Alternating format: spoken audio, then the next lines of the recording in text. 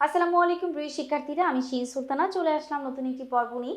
এই মুহূর্তে আলোচনা করব আমাদের ভেপু গল্পটির একটি সৃজনশীল প্রশ্ন নিয়ে, যেটি চট্টগ্রাম বোর্ড 2024 সালে এসেছে। চলো আমরা সেই বোর্ডটি সমাধান করে ফেলি। ওকে, একটু আগে কুমিল্লা বোর্ড 2024 সালে একটা সৃজনশীল প্রশ্ন এসেছে, যে উদ্দীপকটা এসেছে সেই উদ্দীপকটা চট্টগ্রাম বোর্ড 2024 সালে এসেছে, সেম উদ্দীপক, বাট ক খটা ভিন্ন।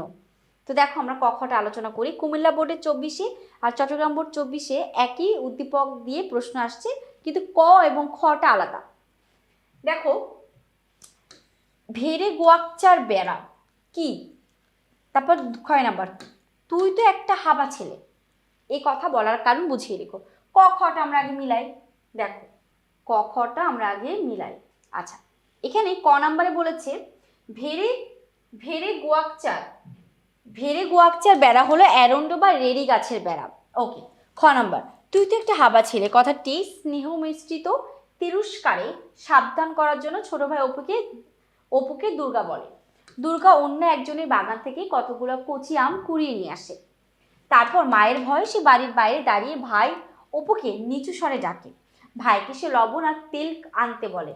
মেঝেতে তেল পড়লে মা রাগ করবে, তাই সে অপুকে সতর্কতার সঙ্গে তেল ঢালতে বলে যেন ঘরের মেঝেতে না পড়ে।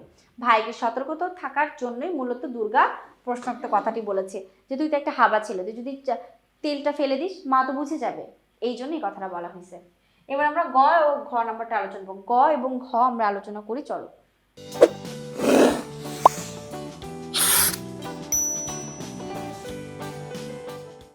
এই যে গ নাম্বার, গ ঘ আমরা কুমিল্লা বোর্ডের প্রশ্নটিতে আমরা আলোচনা করেছি, তাও তোমাদের সঙ্গে একটু বিস্তারিত বলি। দেখো, এখানে নুন আনতে পান্তা ফুরোয়, চাল আনতে ডাল, মাসের মধ্যেও কেনা হয়ে ওঠে না আদা পেঁয়াজ আর ঝাল।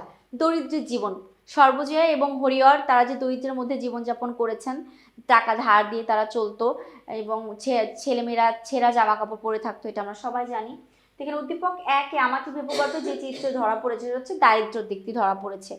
আচ্ছা, এবার 2 নম্বর, আমরা কজন দুষ্টু ছেলের দল গাছের তলায় পড়েছি মোদের আস্তানা, পাঠশালায় শাসন বাগান ভেঙেছি মেলা, বড় দিঘির পানিতে ভাসিয়েছি ভেলা। তো উদ্দীপক 1কে ছাপিয়ে উদ্দীপক 2 এর মর্মর্থ যেন আমাটির ভেপু গল্পে প্রাধান্য বিস্তার করেছে। মন্তব্যটি বিচার করো। দেখো, উদ্দীপক 1কে ছাড়িয়ে যে জিনিসটা প্রকাশ পেয়েছে সেটা হচ্ছে উদ্দীপক 2 এ প্রকাশ পেয়েছে। জিনিসটা অনেকটা একই রকম।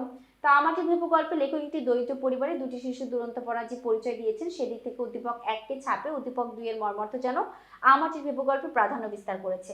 আমাটির ভেপু গল্পে লেখক গ্রামীণ প্রকৃতিতে বেড়ে ওঠা দুটি শিশুর শৈশবের ছবি এঁকেছেন। এই গল্পে হরিহর ও সর্বজয়ার সন্তান অপু ও দুর্গার দুরন্ত পড়ার কথা বলা হয়েছে। পরিবারের অভাব, নানা সমস্যা, সংকট তাদের শিশুসুলভ আচরণে একেবারে বাধা হয়ে উঠেছে। মায়ের নিষেধ আগ্রাহ্য করে তারা গ্রামের পথে ঘাটে বনে বাদুড়ে একেবারে ছুটে বেড়ায়। কুড়িয়ে নানা বিভিন্ন ফল তারা 2 ভাই বোন মিলেমিশে খেয়েছে, যা হরিহরের সংসারের দায়িত্বকে একেবারে ছাপিয়ে উঠেছে। এটা আমি বিস্তারিত পড়বো না বা বুঝাচ্ছি না, এই কারণেই কিছুক্ষণ আগেই কুমিল্লা বোর্ডের একটি প্রশ্নে আমরা এইভাবেই আলোচনা করেছি, 2024 সালে এসেছে একই উদ্দীপক দিয়ে গ ঘটা।